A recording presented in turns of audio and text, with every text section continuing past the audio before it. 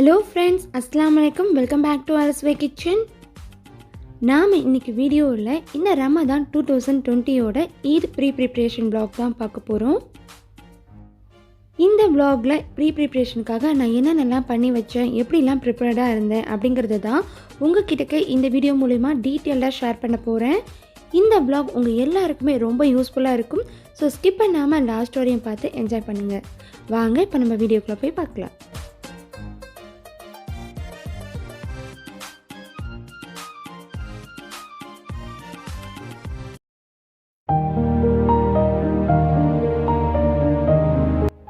ஈது பெருநாள் அன்னைக்கு நாம் கொஞ்சம் ரிலாக்ஸாக இருக்கிறதுக்காக தான் இந்த ஈது ப்ரிப்ரேஷனே பண்ணுறோம். ஸோ அன்றைக்கி பார்த்திங்கன்னா நமக்கு ஒர்க் வந்து அதிகமாகவே இருக்கும். ஸோ அதில் கொஞ்சமாச்சும் ஒரு பார்ட் வந்து கம்மி பண்ணுறதுக்கு தான் இந்த ப்ரிப்ரேஷன்.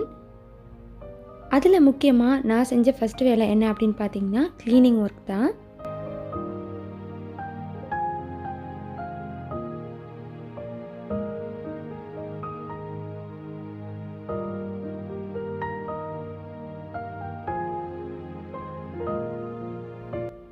இந்த பெட்ஷீட் கவர், பில்லோ கவர் இது எல்லாமே பார்த்திங்கன்னா நம்ம வாரம் செய்கிற ஒரு வேலை தான்.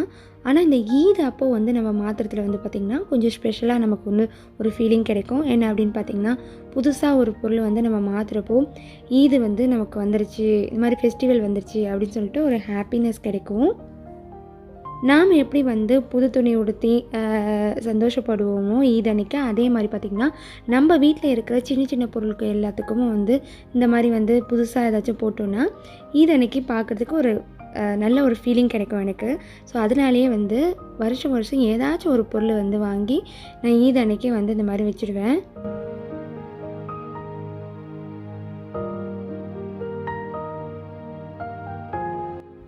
ஈது ப்ரிப்ரேஷனில் நான் ரெண்டாவதாக செஞ்ச ஒர்க் என்ன அப்படின்னு பார்த்தீங்கன்னா வாஷிங் வந்து நம்ம நார்மலாக செய்கிறத விட ரொம்ப ரேராக வந்து வாஷ் பண்ணுவோம் இல்லையா. கர்டன், அதுக்கப்புறம் டைனிங் கவர், இந்த மாதிரி ஐட்டம் எல்லாத்தையும் வந்து வாஷ் பண்ணி வச்சுடுவேன். இந்த மாதிரி பெட்ஷீட், அப்புறம் இந்த டோர்மேட்ஸ்லாம் பார்த்திங்கன்னா இந்த விண்டோ வழியாக தான் நான் எப்போவுமே காய போடுவேன். ஸோ அன்றைக்கி வந்து நான் காய போட்டுட்ருப்போ ஹசன் பேபியும் கூட இருந்தார். ஸோ அவரை வச்சுட்டு அங்கே காய போடுறது எனக்கு எப்போவுமே வந்து கொஞ்சம் பயமாக தான் இருக்கும். எதனால்னா திடீர்னு ஏதாச்சும் துணியை வெளியே தூக்கி போட்டுருவார். ஸோ அன்றைக்கி கொஞ்சம் நான் பயந்துகிட்டே தான் வந்து காய போட்டுட்ருந்தேன். ஆனால் ஹசன் பேபி பார்த்திங்கன்னா அன்றைக்கும் அவருடைய வேலையை வந்து காட்டிட்டார். இந்த மாதிரி வந்து சேட்டை எல்லாத்தையுமே வந்து ஹசன் பேபி அடிக்கடி பண்ணுவார்.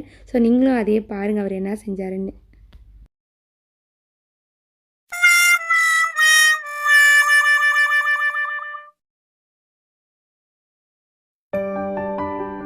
அடுத்து ஈது ப்ரிப்ரேஷனில் நான் மூணாவதாக செஞ்சது என்ன அப்படின்னு பார்த்தீங்கன்னா வீடெல்லாம் க்ளீன் பண்ணுறது தான். இந்த வீடு க்ளீன்லாம் பண்ணுறது பார்த்திங்கன்னா நான் வாரம் எப்போவும் செய்கிறது தான். பட் ஆனால் வந்து ஈதுக்குன்னு நம்ம பண்ணுறப்போ கொஞ்சம் டீப் க்ளீன் பண்ணுவேன்.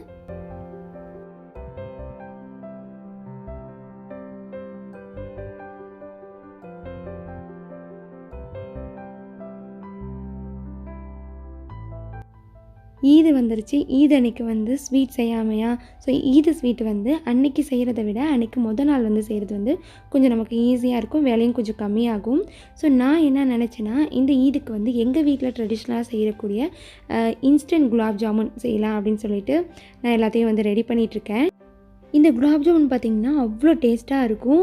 இதை வந்து நீங்கள் டேஸ்ட் பண்ணிங்கன்னா வெளியில் வந்து குலாப் ஜாமுன் மாவே வாங்க மாட்டீங்க, அந்தளவு டேஸ்டியாக இருக்கும்.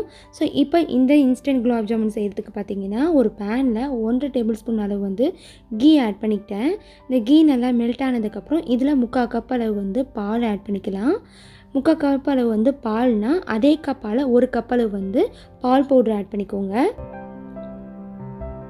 அடுத்து இதில் பார்த்திங்கன்னா நான் நட்ஸ் பவுட்ரு வந்து ஒரு பவுல் மாதிரி ஆட் பண்ணிக்கிறேன்.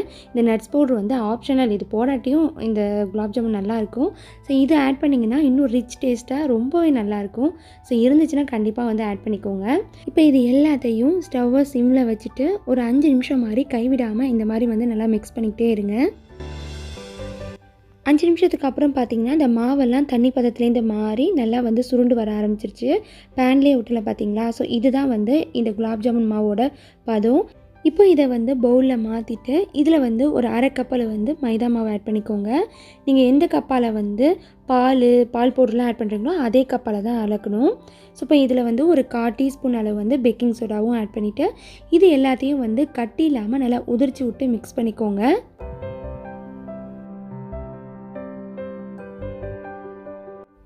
இந்த அளவு குலாப் ஜாமுன் மிக்ஸை நல்லா உதிர்ச்சி விட்டு ரெடி பண்ணதுக்கப்புறம் இதில் வந்து நம்ம பால் ஊற்றி மாவு பிசைஞ்சு எடுத்துக்கலாம். குலாப் ஜாமுனுக்குலாம் நம்ம தண்ணி ஊற்றி மாவு பிசைறதை விட பால் ஊற்றி மாவு பிசைஞ்சோன்னா குலாப் ஜாமுன் பார்த்திங்கன்னா செம்ம டேஸ்ட்டாக இருக்கும். இது வந்து பார்த்திங்கன்னா இந்த குலாப் ஜாமுன் டேஸ்ட்டாக வர்றதுக்கான சீக்ரெட். கண்டிப்பாக வந்து நீங்கள் யாரும் ட்ரை பண்ணலைன்னா ட்ரை பண்ணி பாருங்கள், உங்கள் எல்லாருக்குமே கண்டிப்பாக பிடிக்கும். நான் பார்த்திங்கன்னா ஒரு 1/4 டம்ளர் அளவு பாலை கொஞ்சம் கொஞ்சமாக இந்த மாவில் ஆட் பண்ணி இந்த மாதிரி நல்லா மிக்ஸ் பண்ணி நம்ம வந்து குலாப் ஜாமுன் மாவு பிசைஞ்சு எடுத்துக்கலாம். குலாப் ஜாமுன் மாவு பிசைகிறப்போ மட்டும் நம்ம வந்து ரொம்ப ஹார்டாக வந்து மாவு பிசையக்கூடாது. சப்பாத்திக்கெலாம் பிசைகிற மாதிரி ரொம்ப சாஃப்டாக வந்து நம்ம மாவு பிசையணும். அப்போ தான் வந்து நமக்கு பார்த்திங்கன்னா குலாப் ஜாமுனும் நல்லா சாஃப்டாக கிடைக்கும், இல்லைனா வந்து ரொம்ப ஹார்டாக இருக்கும். இப்போ நம்மளுடைய குலாப் ஜாமுன் மாவு வந்து ரெடி ஆகிடுச்சு. இந்த மாவு வந்து இன்னும் நல்லா சாஃப்ட் ஆகிறதுக்கு ஒரு 10 நிமிஷம் மாதிரி நம்ம வெயிட் பண்ணலாம். அதுக்குள்ளே வந்து இந்த குலாப் ஜாமுனுக்கு தேவையான சர்க்கரை பாகு வந்து நம்ம ரெடி பண்ணிட்டு வந்துடலாம். சர்க்கரை பாகு ரெடி பண்ணுறதுக்கு ஒரு பேனில் பார்த்திங்கன்னா இந்த கப்பால் வந்து 1.5 கப்பால் வந்து சீனி ஆட் பண்ணிக்கிறேன். இதுக்கு மேலே ஃப்ளேவருக்காக ஒரு 3 ஏலக்காய் வந்து தட்டி வச்சுருக்கேன், அதையும் இதில் ஆட் பண்ணிக்கலாம். அடுத்து இதில் வந்து கொஞ்சமாக வந்து குங்குமப்பூ ஆட் பண்ணிக்கிறேன், நல்லா ரிச்சாக இருக்கும் போட்டோன்னா. ஸோ இல்லைனா கூட பரவாயில்ல, நீங்கள் வந்து ஏலக்காய் மட்டும் ஆட் பண்ணிக்கோங்க. அடுத்து இதில் பார்த்திங்கன்னா 1.5 கப்பால் வந்து எந்த கப்பால் வந்து நீங்கள் சீனி அளந்தீங்களோ அதே கப்பால் சேம் குவான்டிட்டிக்கு வந்து நீங்கள் தண்ணியும் ஆட் பண்ணிக்கோங்க.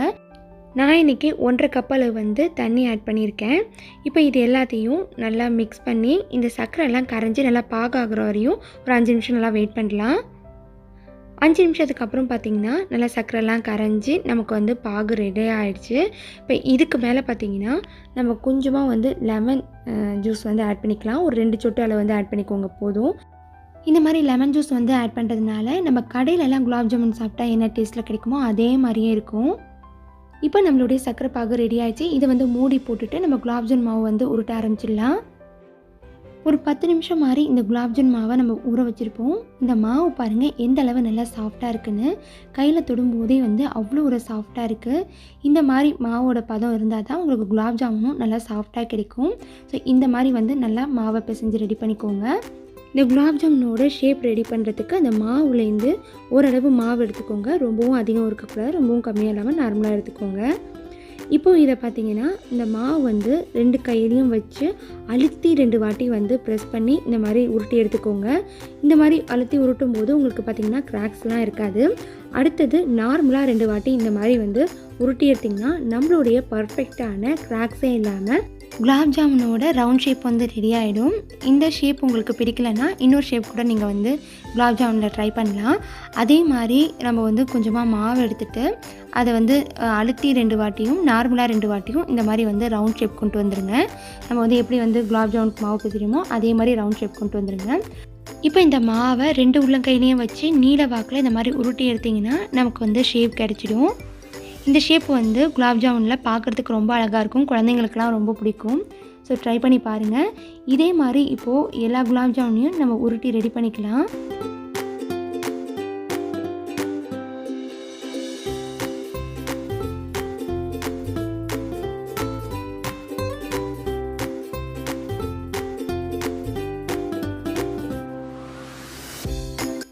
இப்போ குலாப் ஜாமுன் மாவு எல்லாத்தையும் உருட்டி ரெடி பண்ணியாச்சு. இப்போ ஃப்ரை பண்ண ஸ்டார்ட் பண்ணிடலாம்.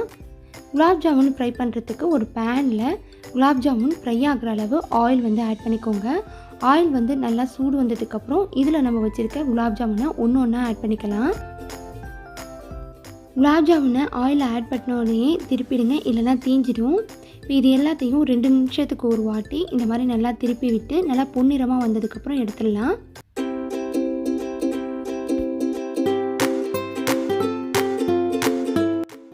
இப்போ நம்மளுடைய குலாப் ஜாமுன் எல்லாம் வந்து சூப்பராக பர்ஃபெக்டாக வந்து கோல்டன் ப்ரௌனில் ஃப்ரை ஆகிடுச்சு. இப்போ இது எல்லாத்தையும் நம்ம வந்து சர்க்கரை பாகில் ஆட் பண்ணிடலாம்.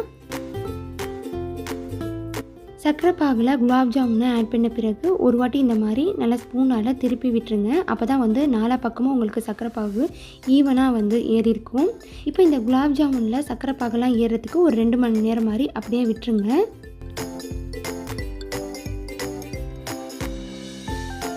2 மணி நேரத்துக்கு அப்புறம் நம்மளுடைய குலாப் ஜாமுனில் சர்க்கரை பாகுலாம் ஏறி பார்க்கவே நல்லா பர்ஃபெக்டாக எம்மையாக இருக்குல்ல. குலாப் ஜாமுன் பிடிக்கிறவங்க எல்லாருக்குமே வந்து இந்த டேஸ்ட்டு பயங்கரமாக பிடிக்கும்.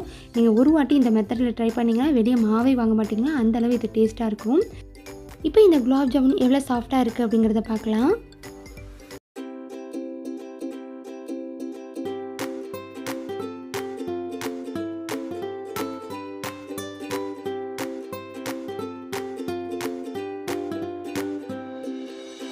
இந்த குலாப் ஜாமுனை நான் கட் பண்ணும்போதே குலாப் ஜாமுன் எந்த அளவு நல்லா சாஃப்டாக இருக்குன்னு உங்களுக்கு தெரிஞ்சிருக்கும். இது பார்க்க மட்டும் கிடையாதுங்க, அந்தளவு ருசியாகவும் சூப்பராக இருக்கும். அப்படியே வந்து நம்ம கடையில் சாப்பிட்ற டேஸ்ட்டில் இருக்கும். கண்டிப்பாக நீங்களும் இந்த ஈடுக்கு வந்து ட்ரை பண்ணி பாருங்கள். ட்ரை பண்ணி பார்த்துட்டு உங்களுடைய ஃபீட்பேக் அண்ட் கமெண்ட்ஸை மறக்காமல் என்கிட்ட வந்து ஷேர் பண்ணிக்கோங்க. ஈதோட ப்ரிப்ரேஷனில் அடுத்ததாக நான் செஞ்சது என்ன அப்படின்னு பார்த்தீங்கன்னா, ஈத் அன்னைக்கு சமைக்கிறதுக்கு தேவையான எல்லா க்ரோசரி திங்ஸையும் வந்து வாங்கிட்டு வந்துட்டோம். ஸோ ஈத் அன்னைக்கு சமைக்கிறதுக்கு பார்த்திங்கன்னா தயிர், தேங்காய், அதுக்கப்புறம் எலுமிச்சைப்பழம், இஞ்சி பூண்டெல்லாம் இல்லை. ஸோ அதெல்லாம் வந்து ரெடி பண்ணணும். அதனால் இஞ்சி பூண்டு, அதுக்கப்புறம் பார்த்திங்கன்னா வெங்காயம், தக்காளி, அப்புறம் வந்து பிரியாணிக்கு கொஞ்சம் மட்டன், அதுக்கப்புறம் சிக்கன், மார்னிங் பிரேக்ஃபாஸ்ட்டுக்கு பார்த்திங்கன்னா பரோட்டா, அப்புறம் பாலெல்லாம் கூட இல்லை. ஸோ அதெல்லாம் கூட வாங்கிட்டு வந்துட்டோம். ஸோ ரொம்ப அதிகமாக இல்லை, வீட்டில் இல்லாத முக்கியமான ஒரு 4 திங்ஸை மட்டும் வந்து வாங்கிட்டு வந்துட்டோம். அடுத்து ஈத் அன்னைக்கு சமைக்கிறதுக்கு தேவையான இஞ்சி பூண்டெல்லாம் இல்லை. ஸோ அதெல்லாம் வந்து அரைச்சி வச்சுக்க போகிறேன். அடுத்து வெங்காயம்லாம் உரிச்சிடலாம் அப்படின்னு சொல்லிட்டு எல்லாத்தையும் வந்து ரெடி பண்ணிகிட்ருக்கேன். இந்த மாதிரி வெங்காயம், இஞ்சி பூண்டெல்லாம் உரிக்கிறப்போ அடியில் வந்து ஒரு பேப்பர், அப்படி இல்லாட்டி இந்த மாதிரி ஒரு சாப்பாடு விரிப்பு விரிச்சுக்கோங்க. இந்த மாதிரி வந்து விரிக்கிறதுனால நமக்கு வேஸ்ட்டெல்லாம் வந்து ஒரே இடத்துல வந்து வச்சுட்டு ஃபைனலாக வந்து க்ளீன் பண்ணுறப்போ நமக்கு ரொம்பவே ஈஸியாக இருக்கும்.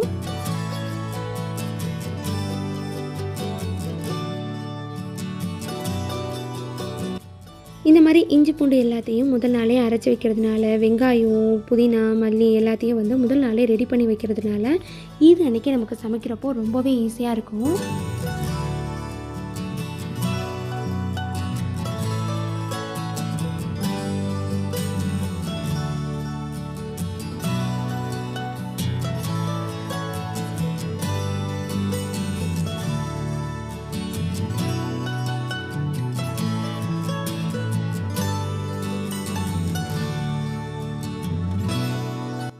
இப்போ ஈத் அன்னைக்கு சமைக்கிறதுக்கு தேவையான வெங்காயத்தோடு சேர்த்து தக்காளி, அதுக்கப்புறம் வந்து எலுமிச்சைப்பழம், கொஞ்சமாக வந்து பச்சை மிளகாய், அதுக்கப்புறம் வந்து தால்ச்சா வச்சாலும் வைப்பேன். அதனால் வந்து மாங்காய்லாம் வந்து ரெடி பண்ணி வச்சுக்கிட்டேன். இந்த மாதிரி வைக்கிறதுனால பார்த்திங்கன்னா ஒவ்வொரு வாட்டியும் வந்து நம்ம சமைக்கிறப்போ ஃப்ரிட்ஜை திறந்து எடுத்துகிட்டு இருக்கிறதுக்கு வேண்டாம். ரொம்ப ஈஸியாக இருக்கும் டக்கு டக்குன்னு வந்து நம்ம வந்து வேலை பார்க்குறதுக்கு. நான் பார்த்திங்கன்னா 1க்கு 4 வந்து நான் சமைக்கிறதுனால எனக்கு ரொம்பவே ஈஸியாக இருக்கும் அன்றைக்கி. இப்போது நாளைக்கு தேவையான இஞ்சி பூண்டு எல்லாத்தையும் உரித்து அரைச்சி இந்த மாதிரி வந்து ரெடி பண்ணி வச்சுக்கிட்டேன். இதை எடுத்து ஃப்ரிட்ஜில் ஸ்டோர் பண்ணி வச்சுக்கலாம்.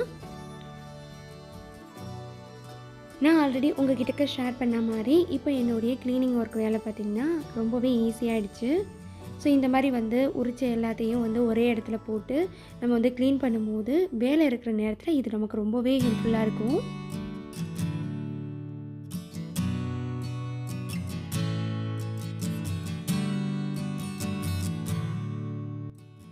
அடுத்து ஈத் அன்னைக்கு சமைக்கிறதுக்கு கொஞ்சம் மட்டன், அதுக்கப்புறம் பார்த்திங்கன்னா கொஞ்சம் சிக்கன்லாம் வந்து வாங்கியிருந்தோம். ஸோ அது எல்லாத்தையும் வந்து வாஷ் பண்ணி க்ளீன் பண்ணி நான் ரெடி பண்ணி வச்சுக்க போகிறேன்.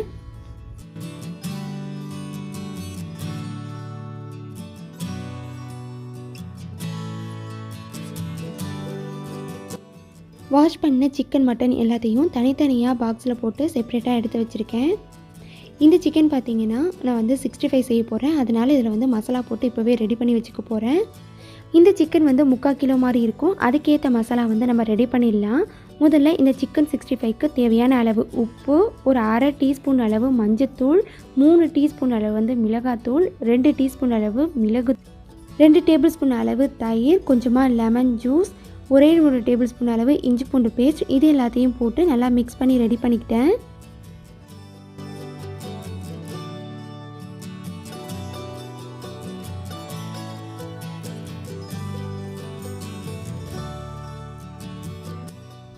இப்போ ஈத் அன்னைக்கு சமைக்கிறதுக்கான எல்லா பொருளும் ப்ரிப்ரேஷன் பண்ணி ரெடியாக இருக்குது. இப்போ இது எல்லாத்தையும் மூடி போட்டு கறி எல்லாத்தையும் ஃப்ரீசர்லேயும் மற்றது எல்லாத்தையும் ஃப்ரிட்ஜ்லேயும் ஸ்டோர் பண்ணி ரெடி பண்ணிக்கலாம்.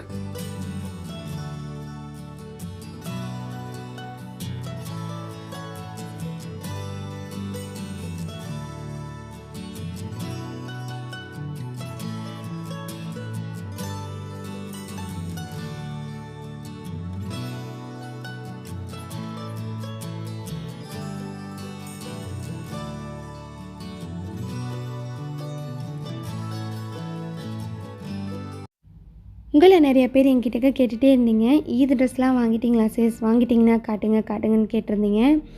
எங்களுக்கு வந்து இந்த வாட்டி பார்த்திங்கன்னா ஈத் ட்ரெஸ்லாம் வாங்குறதுக்கான ஐடியாவே இல்லை. ஸோ வாங்க வேணான்னு தான் அப்படின்னு நினச்சிட்டு இருந்தோம். ஸோ க்ரோசரி திங்ஸ் வந்து ஆப்போசிட் மால் வந்து வாங்க போயிருந்தோம். ஸோ அப்போ பார்த்திங்கன்னா சரி ஹசனுக்கு மட்டும் ட்ரெஸ் எடுக்கலாம் அப்படின்னு போனப்போ இந்த ட்ரெஸ் தான் வந்து ஏதோ நல்லா இருந்த மாதிரி இருந்துச்சு. மற்றது எதுவுமே நல்லா இல்லை. அதனால் வந்து டிஷர்ட்டும் ஃபேண்ட்டும் வந்து வாங்கிட்டு வந்தோம் அவனுக்கு. ஸோ எனக்கு பார்த்திங்கன்னா என் ஹஸ்பண்ட் வந்து எடுத்தே ஆகணும் அப்படின்ட்டாங்க. அதனால் கண்ணில் பட்ட ஒரு லாங் டாப்பை வந்து தூக்கிட்டு வந்தேன். இந்த ட்ரெஸ் வந்து எப்படி இருக்குது அப்படின்னு சொல்லிட்டு கீழே இருக்கிற கமெண்ட் பாக்ஸில் சொல்லுங்கள். இது வந்து எப்படி இருந்துச்சுன்னு கூட தெரியல.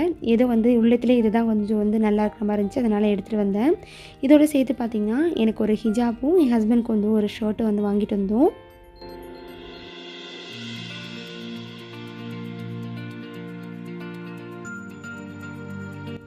இந்த வாட்டி ஈத் ஷாப்பிங் பார்த்திங்கன்னா கொஞ்சம் கூட இன்ட்ரெஸ்ட்டே இல்லாமல் ஏதோ ஒன்று இருக்கிறத வந்து தூக்கிட்டு ஓடியாந்தோம். ஸோ இந்த ட்ரெஸ்ஸஸ்லாம் எப்படி இருக்குது அப்படின்னு சொல்லிட்டு கீழே இருக்கிற கமெண்ட் பாக்ஸில் மறக்காமல் சொல்லுங்கள். என்னோடய ஹேபிட்டில் பார்த்திங்கன்னா ப்ரிப்ரேஷனில் வந்து ட்ரெஸ் எல்லாம் எடுத்து வைக்கிறதும் இருக்கும். சாதாரணமாக நான் எங்கேயாச்சும் வெளியே போகிறதா இருந்தாலும் சரி தான், முதல் நாளே வந்து எடுத்து வச்சுருவேன். அந்த கிளம்புற டயத்தில் வந்து எடுத்து வச்சுட்டு டென்ஷன் ஆகிட்டு இருக்க மாட்டேன். முதல் நாளே வந்து எடுத்து வச்சுருவேன். அதே மாதிரி தான் ஈத் அன்றைக்கி பார்த்திங்கன்னா ஈத் தொழுகை வந்து கொஞ்சம் இயர்லியாகவே இருக்கும். அதனால் வந்து அந்த டயத்தில் டென்ஷன் ஆகக்கூடாது அப்படிங்கிறதுனால முதல் நாளே அதில் இருக்கிற பில்லு, அதுக்கப்புறம் பார்த்திங்கன்னா ஏதாச்சும் ஸ்டிக்கர் ஒட்டி இருந்துச்சுன்னா அதெல்லாம் வந்து ரிமூவ் பண்ணி வச்சுருவேன். இது என்னோடய ஹேபிட்டு. அது மட்டும் இல்லாமல் ஈத் அன்னைக்கு நான் போட வேண்டிய அக்சஸரி திங்ஸ் எல்லாத்தையும் கூட எடுத்து வச்சுருவேன். இது வந்து எனக்கு சின்ன வயசுலேருந்து இது வரையும் நான் ஃபாலோ பண்ணிட்டு வரேன். இந்த ஹேபிட் மட்டும் என்கிட்டேருந்து இன்ன வரையும் போகிறதே கிடையாது. என் ஹஸ்பண்ட்க்கு பார்த்திங்கன்னா அந்த வாட்டி வந்து ஃபேண்ட்லாம் எதுவும் எடுக்கல. ஊர்லேருந்து வந்து கைலி வந்துச்சு, அதை தான் வச்சுக்கிட்டோம். இந்த கைலியில் வந்து ஒரு மொடமொடப்புத்தனம் இருக்கு இல்லையா, அந்த மாதிரி இருந்தால் என் ஹஸ்பண்ட்க்கு பிடிக்காது. இதை அலசி எடுத்துகிட்டு இது நல்லா சாஃப்டானதுக்கப்புறம் தான் வியர் பண்ணுவாங்க. ஸோ இந்த மாதிரி வேலைகள்லாம் பார்த்திங்கன்னா நான் முதல் நாளே எப்போவுமே வந்து செஞ்சு முடிச்சு வச்சுருவேன்.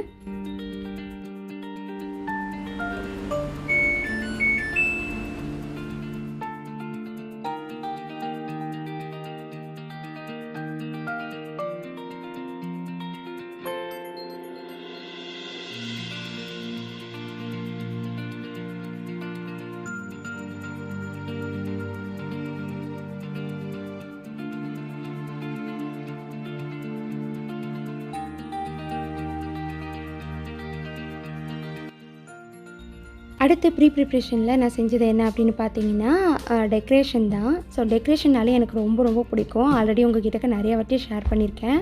ஸோ நார்மல் டேஸ்லேயே வந்து நான் டெக்கரேஷன் பண்ணுவேன். இந்த மாதிரி வந்து ஈது ஃபெஸ்டிவல் டைம்லலாம் வந்து டெக்கரேஷன் பண்ணுறது பார்த்திங்கன்னா எனக்கு ரொம்ப ரொம்ப பிடிக்கும். இந்த மாதிரி பண்ணி அதை வந்து அழகு பார்க்குறப்போ பார்த்திங்கன்னா அவ்வளோ ஒரு ஹாப்பியாக இருக்கும் எனக்கு.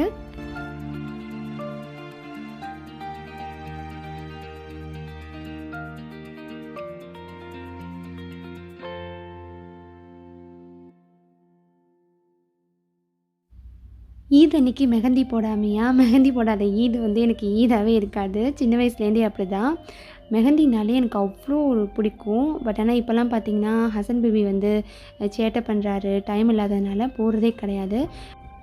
பட் எப்படி போனாலும் ஈத் அன்னைக்கு வந்து நான் மெஹந்தி போட்டுருவேன். ஈத் அன்னைக்கு என் கையில் வந்து மெஹந்தி இருந்தால் தான் எனக்கு ஈது மாதிரியே இருக்கும். அந்தளவு ரொம்ப பிடிக்கும் எனக்கு மெஹந்தி.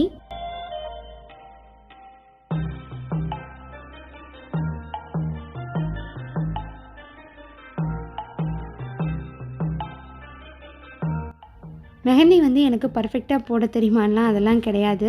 ஏதோ வந்து கையில் வந்ததை கிறுக்கி விடுவேன், அவ்வளோதான். ஆனால் வந்து மெஹந்தி போடுறப்போ வந்து அவ்வளோ ஒரு சந்தோஷமாக இருக்கும் மனதுக்கு. ரொம்ப பிடிச்ச எனக்கு வேலைங்களில் மெஹந்தி போடுறதும் ஒன்று. அந்தளவு ரொம்ப அடிக்ட்டு நான் அதில்.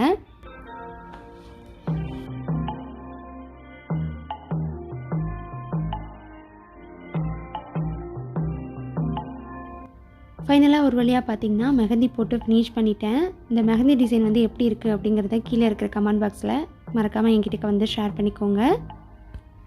அவ்வளோதான் ஃப்ரெண்ட்ஸ், இன்றைக்கி vlog வந்து உங்கள் எல்லாருக்குமே ரொம்ப பிடிச்சிருக்கும், யூஸ்ஃபுல்லாக இருந்திருக்கும், இன்ட்ரெஸ்டிங்காக இருந்திருக்கும் அப்படின்னு நினைக்கிறேன். அப்படி பிடிச்சிருந்துச்சின்னா, யூஸ்ஃபுல்லாக இருந்துச்சுன்னா ஒரு பெரிய லைக் கொடுங்க. உங்கள் ஃபேமிலி அண்ட் ஃப்ரெண்ட்ஸ்க்கு மறக்காமல் ஷேர் பண்ணுங்கள். இன்னும் நீங்கள் நம்ம சேனலை சப்ஸ்கிரைப் பண்ணலையா, நம்ம சேனலோட கண்டென்ட் பிடிச்சிருக்கா, அப்போ உடனே போய் சப்ஸ்கிரைப் பண்ணிட்டு அப்படியே பக்கத்தில் உள்ள பெல் ஐக்கானையும் மறக்காமல் ப்ரெஸ் பண்ணிக்கோங்க. இது மாதிரி வேறொரு இன்ட்ரெஸ்டிங்கான வீடியோஸில் உங்களை நான் மீட் பண்ணுற வரையும் thank you, bye bye, thanks for வாட்சிங்.